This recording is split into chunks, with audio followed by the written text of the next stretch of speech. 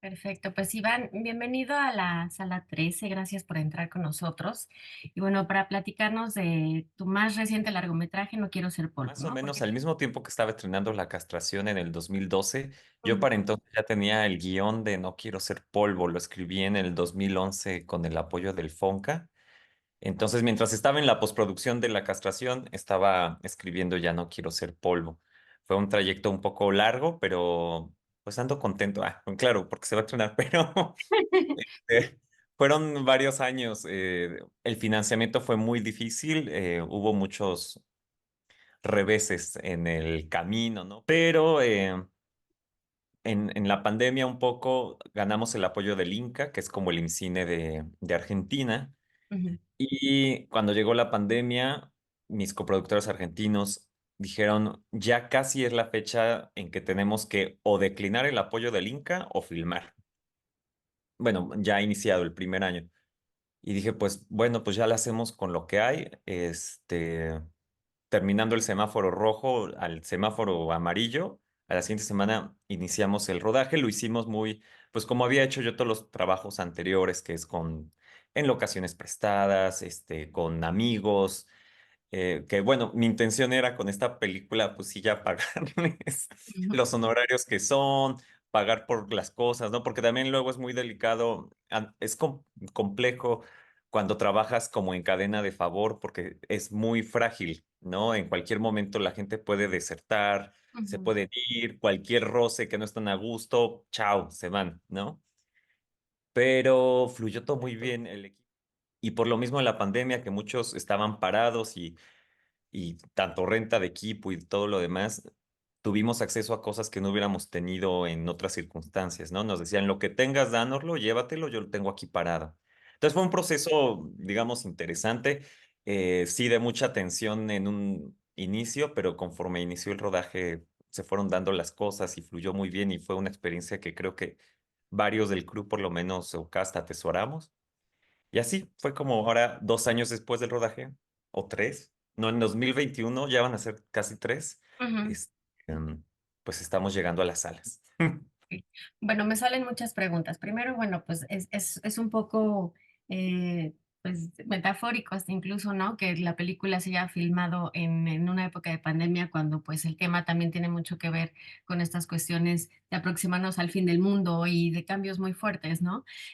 Pero primero me gustaría irme justo al inicio, a esa concepción. Yo sé que tu mamá obviamente es la protagonista de esta historia, pero no solamente, digamos, en carne propia, porque ella encarna ese papel, sino que también toda la historia surgió de una experiencia personal, Pues ¿no? mira, en el origen, la anécdota que vivimos como familia fue en el 93-94. Tenía yo 8 años, es una, digamos, rescato la anécdota, pero la película que ven es muy distinta a lo que vivimos, porque en ese momento también mi papá estaba muy involucrado, yo como hijo, pues mira, todavía creía en Santa, que no voy a estar creyendo en 3 días de oscuridad. Ujú, Entonces yo estaba en la escuela también así, aunque nos habían dicho que fuéramos como discretos y demás, pues eres niño de 8 años y le andas diciendo ahí un poco a la gente en la escuela y todo, ¿no? Entonces, fue muy distinto, un poco vivíamos esos, a la expectativa de qué podía suceder. No había una fecha definida, ¿no? Era como que puede pasar en cualquier momento. Entonces, pues, digamos, yo lo que viví en ese momento no lo viví tanto desde el punto de vista de mi mamá, lo viví en propio, de, pues, imaginarme qué podía estar pasando, ¿no? Como que sí proyectabas esos fines del mundo, pero los veías muy reales, ¿no? Eh, He contado en alguna otra ocasión, había tormentas eléctricas por aquella época, que son seguramente muy normales, pero cuando estás tú en esa visión o en ese tren ujú, de pensamiento, esas tormentas son particularmente espeluznantes y dices, no, esta tormenta no es normal, ¿no? Como que empiezas a ver señales, tú propio te haces tus señales. Digo, no solo en esto, en muchas cosas de la vida uno ajusta hacia tu forma de pensar y hacia lo que quieres que pase, ¿no? Entonces, bueno, ya no sucedió en ese momento y por ahí del 2010 vuelvo a escuchar que vienen los días de oscuridad. Ya estábamos en otra etapa de nuestras vidas, yo ya había filmado una película, ya había estudiado, ya era un adulto y noto cierto nerviosismo en algunos personas cercanas a la familia que también estuvieron en los días de oscuridad en el 93, ¿no? Involucrados. Y decía, bueno, ¿por qué hay este nervio? Entonces me empecé a preguntar eso, ¿por qué hay un nervio? Coincidió con unos gringos que vinieron a México también anunciando el fin del mundo con un dineral, así había billboards en Estados Unidos, me acuerdo de uno de ellos que puso en Nueva York, se gastó no sé cuántos millones en un anuncio del fin del mundo. Entonces, bueno, había eso más lo que estaba, yo así en Reforma me los topé y llegaron conmigo a quererme convencer que venía el fin del mundo. Entonces, me llamó mucho la atención y quise rescatar eso porque nosotros en algún momento fuimos esos, ¿no? Entonces dije, ¿qué hay detrás de la gente? ¿Por qué, porque no te lo dicen con miedo, te lo dicen con cierto entusiasmo? Hay una cosa muy extraña cuando hay estos como especie de profetas, de gente que predica un desastre, hay entusiasmo, hay una emoción. Entonces decía, ¿por qué pueden estar emocionados si lo que prometen es algo, pues, Catastrófico. probablemente catastrófico? Entonces, bueno, a raíz de ahí empecé a construir, también por una etapa que quizá estaba pasando mi mamá, ¿no? Ya los hijos nos estábamos yendo de la casa, veía también en amigos de mis, bueno, mamás de mis amigos que estaban también un poco en ese proceso, porque fue una generación, por lo menos la de mi mamá, que sí tuvieron, las preparaban para dedicarse a la familia. Digo, mi mamá luego sí también trabajó y tuvo sus propios proyectos, pero creció también con eso, ¿no? Y muchos, pues de mi entorno, mis tías, y eso, de la mujer debe estar para los hijos y el esposo. Y cuando ellos parten, queda el nido vacío Mm, y de pronto todavía hay 30, 40 años de vida enfrente, pero tu motor de vida o tu proyecto ya no, ya se graduó el proyecto. mm, Entonces, quise relacionarlo un poco alrededor de eso y ya, digamos, transformar toda la anécdota eh, a la película que viste, ¿no? Pero la teoría que se maneja en la película es tal cual la que nosotros conocimos hace ya como 30 años. Tengo miedo. La Tierra está a punto de entrar a otra dimensión. No es una profecía, es un hecho. Cuando todo pase, nosotros debemos servir de ejemplo. Ahí hay dos cosas, justo, cómo nos relacionamos con todas estas ideologías. Hay muchísimas, ¿no? Hay muchísimas, no solamente del fin del mundo, sino de personas que controlan todo, del propio origen, del propio final, de otras vidas. O sea, hay muchísimas, no solo llamarla ideología, sino pues también estilos de vida, de creencias, incluso se puede pensar hasta cuestión religiosa, no sé, ¿no? Y a mí me llama mucho la atención cómo nos relacionamos nosotros, a lo mejor desde un punto de vista estando afuera, a lo mejor sin tener esa misma fe o esa misma creencia, cómo lograr entenderlo, porque es complicado, ¿no? Sí, o sea, digamos, En el, en mi familia, mi mamá todavía está muy involucrada en los temas de superación personal, energía y demás, ¿no? Que es el universo que yo conocí y por eso en ese universo se desenvuelve Ujú, la película. Pero los motivos por los que uno decide o no creer ciertas cosas, independientemente de la evidencia, ¿no? Creo que se pueden dar en muchos rubros. En el político lo vemos, creo que más, o sea, a lo mejor de los más obvios es en el rubro político. No sabemos bien qué es verdad o no, y ujú, uno decide creer, y entonces uno decide que sí es cierto y que no es cierto, aunque tengas pruebas de lo contrario. No, no hay como un divorcio entre la realidad y el espectáculo, y quizá cada vez es más fuerte. Entonces, bueno, eso, lo difícil que es como saber a ciencia cierta qué es verdad o qué no, y cómo también la mente ayuda a construir o no ciertas realidades personales, no necesariamente universales, pero digamos, sigue siendo el universo de mi mamá.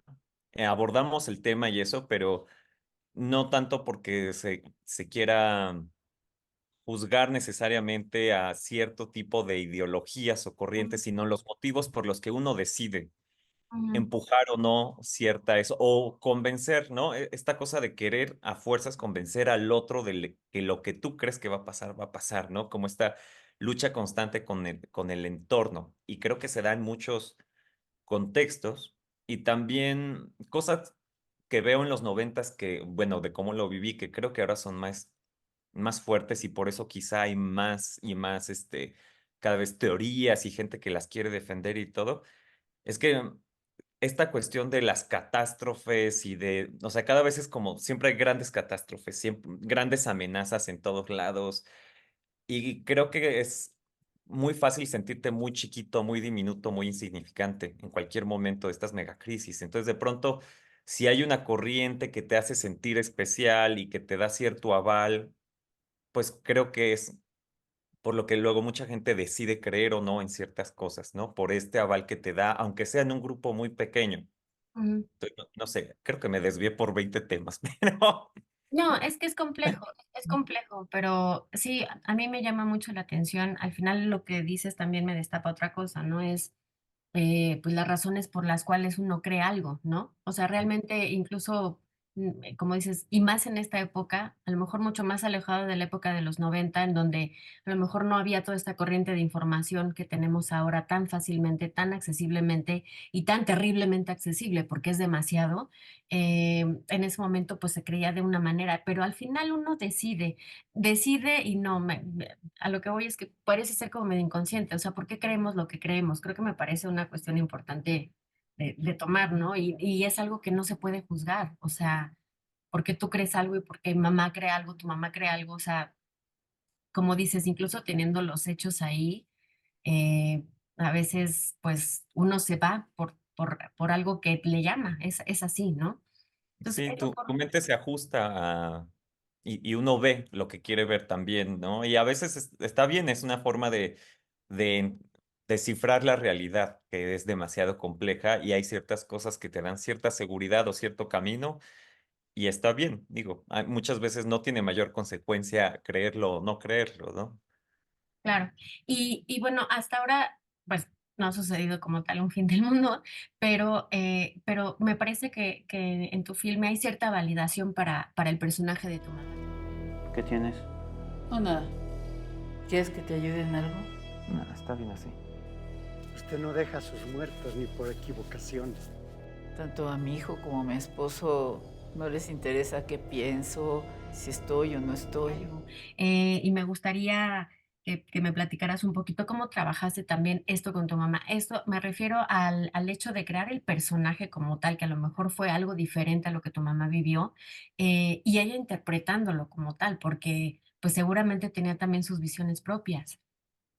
Sí, al inicio, digámoslo, como lo fuimos trabajando, es que mi mamá, digo, es el debut de mi mamá, no es actriz. Entonces, darle a entender y que ella más bien entendiera que lo que se está generando es una ficción. Aunque partíamos de experiencias personales y los personajes, muchos bastante inspirados en las personas reales también, pero que se estaba construyendo un personaje ficcional, ¿no? Y que hay cosas de la vida real, un poco explicando la dinámica del cine, que tienes poco tiempo para verlo, entonces hay que construir y hay que formar las situaciones y dar todo para que se construya un poco el significado que queremos dar, ¿no?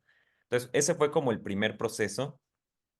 El segundo sí tuvo un acting coach que fue esta Kayla Wood, que es una amiga actriz, y le dio como todo el proceso de cómo suele llevarse aprenderte un guión y cómo desglosarlo emocionalmente para que lo puedas construir. Y ya la otra fue pues en set. Yo ya había trabajado con mi mamá en un ejercicio de la carrera y había ya percibido que tenía facilidad, ¿no? Que no era algo que le costara, es fácil que ella se ponga en situación y entienda qué se siente.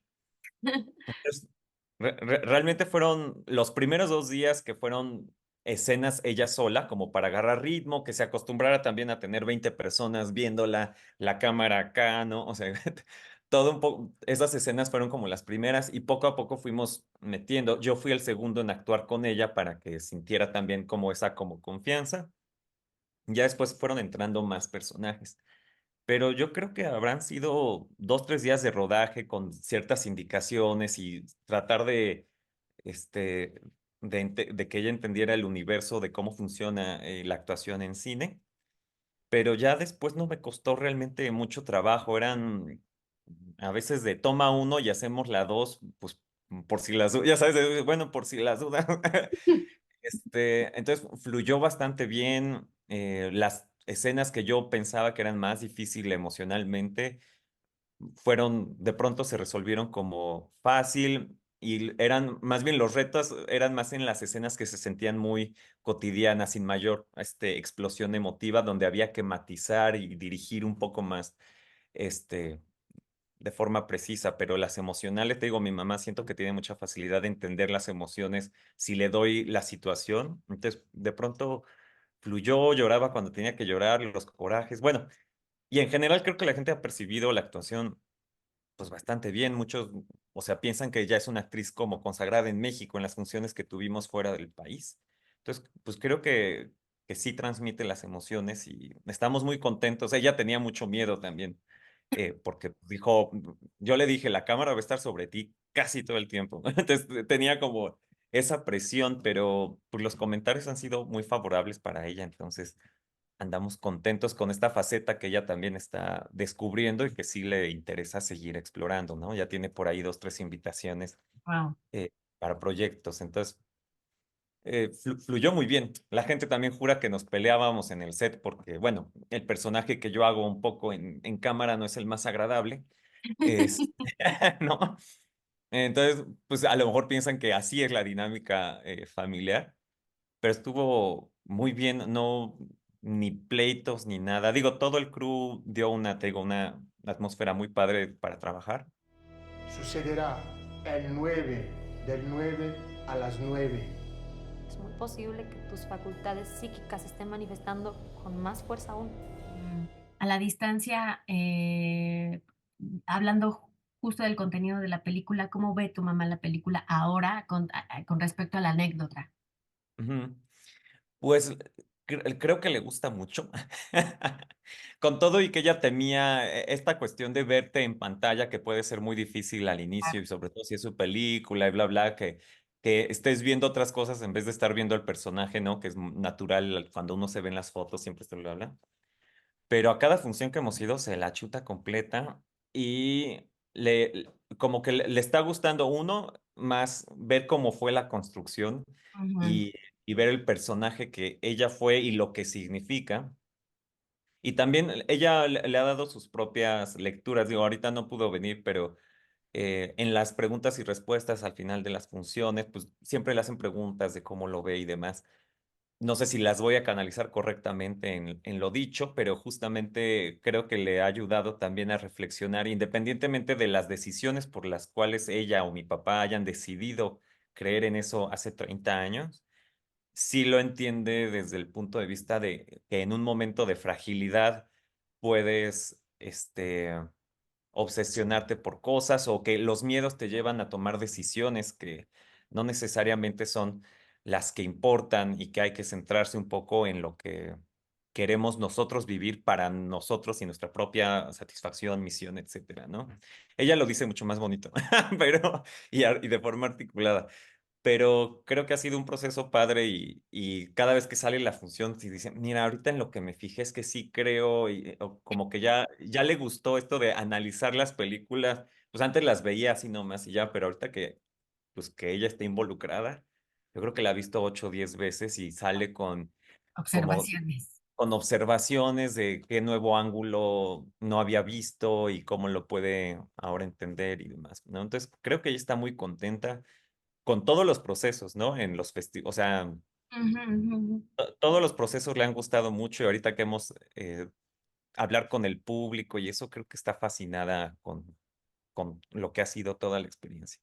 Qué maravilla, Iván, que puedan compartirlo. Digo, me ha tocado ver varios directores trabajando principalmente con sus mamás también, y es una experiencia, creo, irrepetible. O sea, es una cosa, además de muy emotiva, creo que te construye también de muchas maneras y también para las mamás, digamos, en ese sentido, ¿no?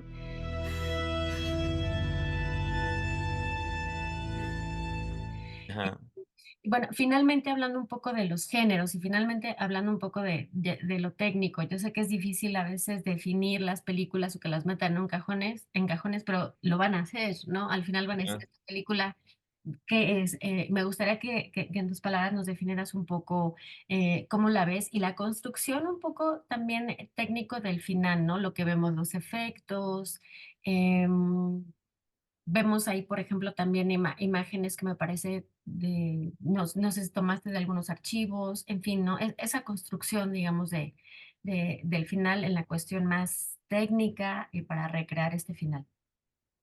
Pues sí, mira, yo siempre la vi como un drama con toques de humor, porque es la forma en que a mí me gusta construir luego el drama y el humor. Siento que facilita la conexión luego con los personajes. No sé, y Ujú. bueno, porque si conocieras a mi mamá y así, después de lo que nos pasó en los 90, pues lo tomamos con humor, porque es la forma de, así lidiamos nosotros con la tensión.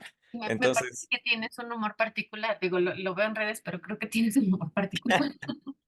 pues así lidiamos y viene como del lado de mi mamá lo del humor para un poco todo. Entonces, por eso también creía que era importante que tuviera esos toques de humor en la película. Ujú. Pero ahora que ha salido, sí la empiezan a poner como película de ciencia ficción, Ajá. que yo lo dudaba en el proceso, yo no sabía, porque yo lo que quería era dar una sensación de fin del mundo, pero muy cotidiana. Ujú. Entonces, para mí era como un drama casi naturalista en cierto punto, Ujú. pero con estos toques, ¿no? Pero ahorita, pues sí, ya cada vez le han puesto más el término a una película de ciencia ficción, de género, de fantasía, como que ya se lo han ido poniendo. Y pues creo que está bien, es quizá por la referencia personal, que yo no lo veo tan de ciencia ficción, porque yo de chico en mi mente, pues lo viví. Un Claro. fin del mundo de alguna forma, pero se vivió. Y en cuanto a toda la cuestión técnica, eh, pues fue complicado porque cuando filmamos no sabíamos quiénes iban a hacer los efectos visuales. Entonces nos asesoramos con un primo mío para que pudiéramos, todo lo que llevara efectos, que funcionara, ¿no? Porque yo no soy muy tecnológico de efectos visuales, no entiendo poco. Entonces dije, híjole, no vaya a ser que al final pues no sirva lo que se filmó y sea un problema mayor. Entonces, bueno, tratamos de hacer apuestas de entrada que fueran sugerentes, sutiles, porque no me interesa, te digo, yo quería hacer algo que se sintiera medio cotidiano y posible en una realidad cercana. No quería tampoco estas cuestiones así de, ¿no? Como toda esta, bueno, a lo que estamos acostumbrados quizá de películas sobre el fin del mundo, ¿no? No, Ni llamativo, ni... muy llamativo, acción, cosas, no era mi interés. Entonces se pensó ahí cómo podemos ser sutiles, sugerentes en ciertas cosas. Y ya cuando entró Pierrot Films, ellos los conocimos en Guadalajara Construye, cuando estuvimos seleccionados ahí, estábamos buscando cómo terminar la postproducción. Y entraron como coproductores y ya con ellos se fue definiendo cuál era la mejor forma con lo que teníamos de poder resolver todo lo que habíamos imaginado respecto bueno, a todo lo visual que se puede ver en la película, de efectos visuales, pero que se puede ver en la película. Pues, Iván, para terminar, ya ahora sí, por fin puedes decir, ya se va a estrenar la película. Ah, Entonces, ¿cuándo se va a estrenar y dónde la vamos a poder ver? Y si después, como ya es el paso ahora habitual en cine, se podrá ver también en plataformas. sí, mira, llegamos el 4 de enero a cines. Todavía se están confirmando algunas, pero las dos cinetecas nacionales, Cineteca de Guadalajara, Cineforo de Guadalajara, algunas salas de Cinemex, Cine Tonalá, Casa del Cine. Va a haber algunas en Mérida, pero ya son cines independientes y no tengo los nombres ahorita, pero sé que llega a Mérida, a la Cineteca de Puebla, San Luis Potosí, a dos cines independientes de Oaxaca, Cineteca Monterrey, este, y seguro se me están escapando varios, pero digamos de entrada a ellos, y después se va a ir moviendo a distintos cines que a lo mejor a inicios de año no les conviene o hay poca actividad porque muchos van a ser cines independientes o cineclubes, pero empezamos más o menos en ese abanico de cines.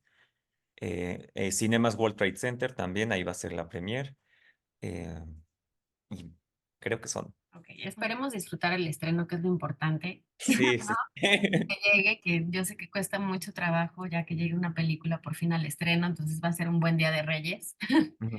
¿no? Sí. Y bueno, pues supongo que ya andas trabajando en nuevos proyectos, ¿no? Ya ando en eso, justo en carpetas y demás. Ya hay algunos fondos ya para la que sigue, pero como fui muy New Age toda mi infancia, entonces siento que hasta que no esté hecho, No lo digo porque la energía Sí, sí. ya no, está perfecto, mejor no. Ajá, sí. Solo decir Ya que hasta que seguimos trabajando. ya que termine el rodaje dije: "Ya filmé", ya que termine la post, ya está lista, porque si no siento que ¿no? Está perfecto, muy bien. Pues, Iván, me da muchísimo gusto poder haber podido platicar contigo. Ojalá después podamos tener una plática también con tu mamá, pero lo que espero es que pues mucha gente pueda ver la película y que se siga generando conversación en torno a ella, ¿no? Claro, va, pues muchísimas gracias también por el espacio, por haberme contactado para tener la plática. Se agradece cada espacio de difusión para películas, la mayoría de las mexicanas, ¿no? Que les cuesta mucho trabajo llegar al cine y que nos den el espacio para poder dar a conocer que llegamos al cine, porque luego pues ni eso se entera la gente. Entonces, muchísimas gracias.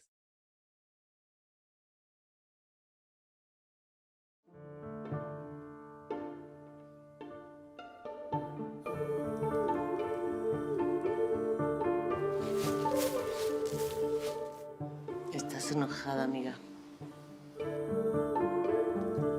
¿Qué tienes? No, nada.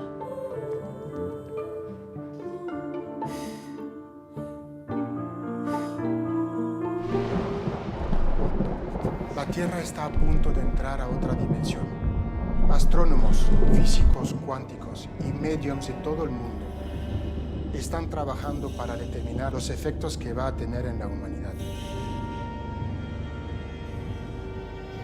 Cuando todo pase, nosotros debemos servir de ejemplo. Mamá, por favor, ya parece que un científico de la NASA va a venir a una escuelita de meditación de Santa María la Ribera a hacerles esta gran revelación. No es fácil para mí comunicarles lo siguiente, pero aprovechando que estamos juntos en familia, pues creo que es lo indicado. Dejen pasar primero a los videntes. Soy de las videntes, sí. Soy de las videntes, sí. Con permiso. Por favor, en orden, por favor. Tanto a mi hijo como a mi esposo no les interesa qué pienso, lo mismo les da si estoy o no estoy.